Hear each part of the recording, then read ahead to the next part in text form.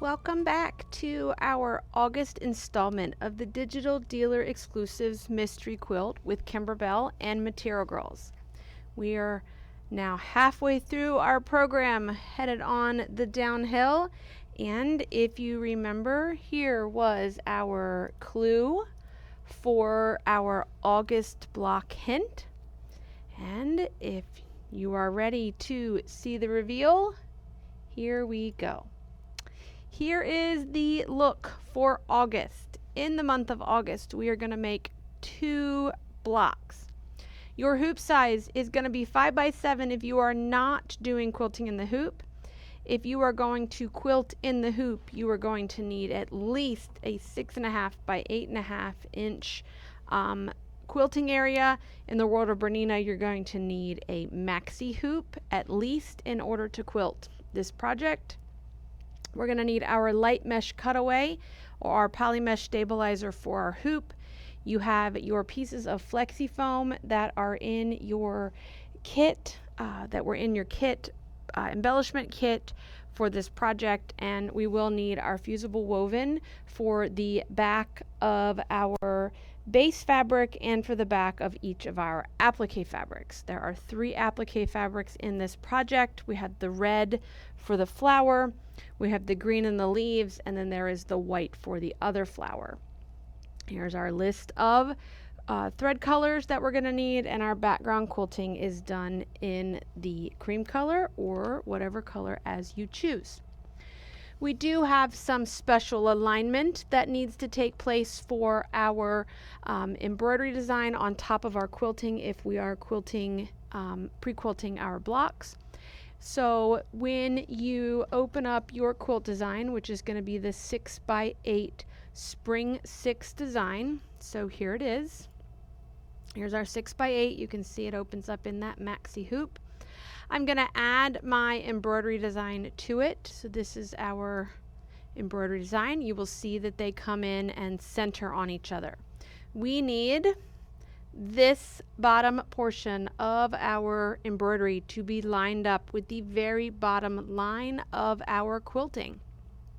So I'm going to use my stitch length knob. I'm going to turn it counterclockwise to move the design straight down. I don't want to touch the screen and move it because that will also interfere with our left to right placement. I just want our top to bottom placement to change because we want to make sure that this bottom of the stem is caught inside of our seam allowance when we go to join this together at the very end. We don't want our flowers kind of floating in the middle. We want them to appear to be growing out of the seam. So once you have centered this, you're ready to embroider. You're ready to start the process. If you are not going to quilt in the hoop before, you want to go ahead and place a piece of medium cutaway stabilizer in the hoop.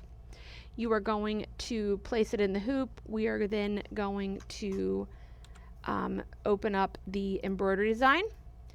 The first color stop of the embroidery design is going to stitch that tick mark that you see in the lower left-hand corner here. That is going to tell you where to place the center and bottom of your fabric. So you're going to take your background fabric, which you have ironed a piece of fusible woven to, the wrong side of it. You're going to fold it in half, height-wise or width-wise, and then in the length, you are going to fold up 1 inch. Once you have those 2 folds created, you're going to place the fold from 1 inch, that's that B fold that they have labeled, is going to go on the horizontal line that's stitched in your hoop, and the vertical line is going to line up with the vertical fold, fold A. Once you have those 2 alignments lined up with the tick mark, you're going to carefully unfold your fabric and tape it in place. Once it is taped in place, you are going to run the background basting line into the hoop. Okay, and that's going to hold down your background fabric. Now, for those of us that are quilting in the hoop, we will run the first color stop which will tell us where to place our batting. Okay, so first color stop tells us where to place the batting. Second color stop is going to tack the batting down. You will then trim the excess batting away. Third color stop is going to tell us where to place our background fabric. Okay, so let me show you here. So let's put a hoop on the machine here. So this first color stop is going to tell us where to place our batting. If you're using a larger piece of batting, you will then place it down to completely cover that line, and you will run color stop 2. Color stop 2 is going to baste your batting or tack your batting in place, and then you can trim any bit of excess batting that is extending beyond the outer edges. If you are using your batting that we have in the method that we have talked about in previous months, where it is cut to the exact 6x8 size, you can place it so that it fills inside of this area and skip color stop 2. Color stop 3, if you're ready, is going to tell you where to place your background fabric. So when I'm doing this on my machine, I run color stop 1, skip 2, run color stop 3. Then I place my pre-cut batting in place, and I place my background fabric on top of it. Okay, and then I will run color stop 4. 4 is going to baste our background fabric in place. All right, and then you're ready to run the quilt design. Once our quilt design is finished, if you are quilting in the hoop, you are going to skip the first 2 color stops of the embroidery design. So that would technically be color stop 6 and 7 if you have combined your 2 files together. So 6 is the tick mark that we don't need because we've already quilted and placed our design. And 7 is the basting box for the background fabric if you were not doing quilting in the hoop. So if you're quilting in the hoop, you can skip color stop 6 and 7 because they do not apply. And then we're ready to wander off into the actual color stops of the design. The first color stops of this design are going to be basically appliquing the flexi foam for this flower. It does not matter what color that you use for this because you are eventually not going to see it. So you can leave it in your cream colored thread color that you use to quilt your background, or you can go ahead and change to the first color stop of the design that matters, which is going to be color stop 10 if you've combined files, which is our green here. And this for me is going to be the lighter green, so I'm going to be using color stop 350, Isocord color 352 is what I'm going to be using. And then we're going to work through the process of running our placement line, basting our or tacking our foam in place, and then trimming our foam.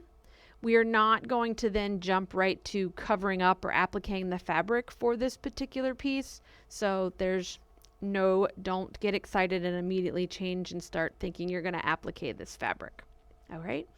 So we're going to come over to the machine here. I've already done my quilting portion because you've seen that enough in the last 8 months.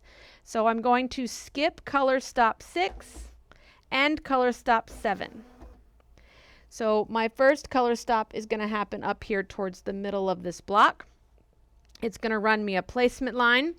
Once I have my placement line, I'm going to place my piece of foam completely covering that placement line. And then we're going to tack the foam down and then trim the excess from the outside edge. Once your foam is trimmed, you are going to work through color stops 10 and 11 if your designs are combined. That is going to be the green stem and then the lighter purple of our florals. Okay, so for me, that green stem is going to be this light green, and then I'm going to be using the blue purple 30 to 11 for our design or our little berry flower. Now, when those two color stops are complete, we are moving on to our leaves. We need to run the placement line. We're going to place our fabric right side up. We're going to run the tack down, and then we're going to trim the leaves as close as possible all the way around. And then we're going to run color stop 14 if you've combined your designs.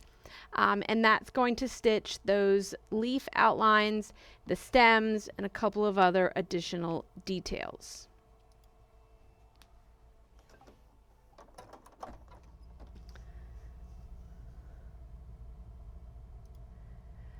Once our stems and leaves are complete, we're going to change out to our pink thread. For me, that is color number 2151, the lighter pink.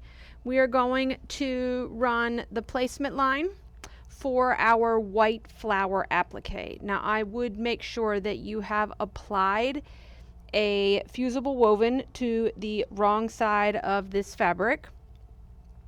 And they are suggesting that after you trim the tack down.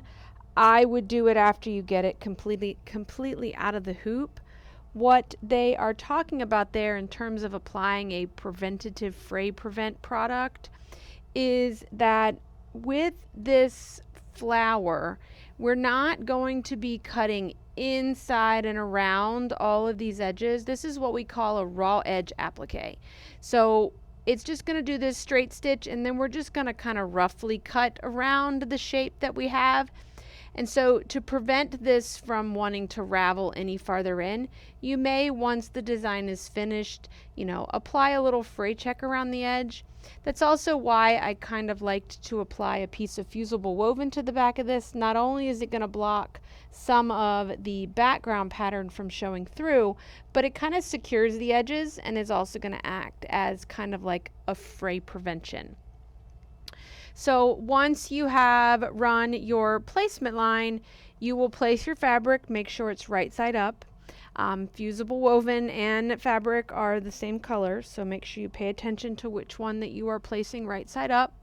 Run the tack down and the details and things like that, and then you will trim roughly around the outside edge of that.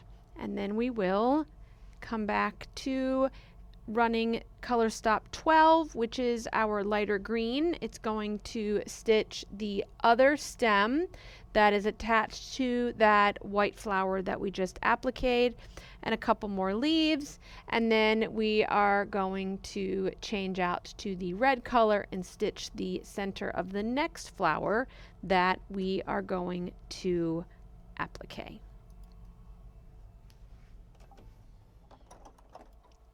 Once that flower center is stitched, so once we've stitched color stop that would put that flower center in there, we are going to work through the process of appliquing the final piece of fabric. That's the red with the white dot. You are going to run the color stop. That first color stop is the placement line, which would be color stop 19 if you've combined your designs together. I'm going to skip 19 because I think it's pretty obvious as to where we're going to place this piece of fabric. And I'm going to make sure that this piece of fabric completely covers the foam that we've already appliqued. I'm going to place it right side up. I'm going to run color stop 20 if you've combined. And we will then tack this fabric down, trim it in place. Once we've trimmed it, we will run the outline or the cover stitch, which will be that satin outline, which will be color stop 21. And then our final color stop is going to be our darker purple thread. We will run color stop 22, which will stitch our dandelion. All right, when our final color stop is finished, our dandelion is stitched, we can remove our project from the hoop If you are not quilting in the hoop, you will want to remove the basting line stitch there that shows in the bottom right hand corner. You want to go ahead and remove that stitching because it's not necessary for our project. It was just there to hold ourselves down to the stabilizer. And then we are going to go ahead and trim our block to 6.5 by 8.5. You're going to be centered horizontally from left to right, but top to bottom, we want the bottom of this stem to be right at the bottom of the block. So you want that 8.5-inch line to be right at the bottom here. Okay, this way when we are sewing this in, we'll sew 1/4 inch away, and then it will look like our flowers are growing out of our seam instead of floating above them. And when you're finished, you will repeat this process to create 2 blocks. So here are the 2 blocks that we have created for the month of August.